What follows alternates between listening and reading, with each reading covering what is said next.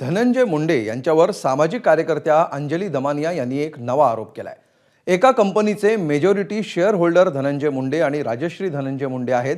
यामध्ये आधी वाल्मिक कराड डायरेक्टर देखील होते असा आरोप अंजली दमानिया यांनी केलाय। याच सोबत महाजेनको ही कंपनी महाराष्ट्र राज्य विद्युत मंडळाच्या संपूर्ण मालकीची उपकंपनी आहे।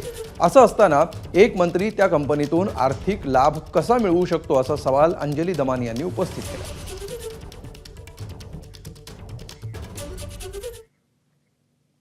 तर दमानिया यांनी नेमकं काय ट्विट केलंय पाहूया।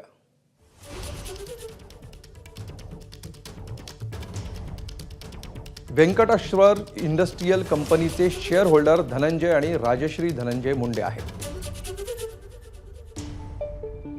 यामध्ये आधी कराड डायरेक्टर होते, आजही ते शेअर होल्डर आहेत। ही कंपनी फ्लाय ॲश विकते।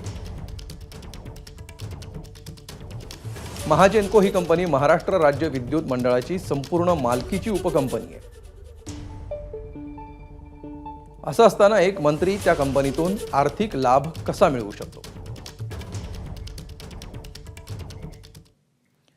तर धनंजय मुंडेंची दिलीप वळसे पाटील आणि प्रफुल्ल पटेल यांनी पाठराखण केली आहे। ते नेमकं काय म्हणालेत पाहूया। एक नक्की आहे की आरोप करणारे एक व्यक्ती आहे आणि त्या व्यक्तींनी काय त्यांच्या व्यक्तिगत काही विषय असेल आणि ते त्यांनी एक असा वातावरण तयार करून सांगायचं की राजीनामाच द्यावा लागेल, तर असं तर उद्या कोणी पण कोणावर आरोप काही लावू शकते। फक्त तथ्य समोर येऊ द्या, आम्हाला कोणालाही वाचवायचं नाही। पूर्वीची परंपरा अशी आहे की एखाद्या केसमध्ये किंवा कशामध्ये जर न्यायालयाने त्याला कन्व्हिक्ट केलं, न्यायालयाने दोषी ठरवलं, तर त्याच्यामध्ये राजीनामा दिला जातो। नुसता आरोप झाला म्हणजे तो व्यक्ती लगेच दोषी होतो असं नाही।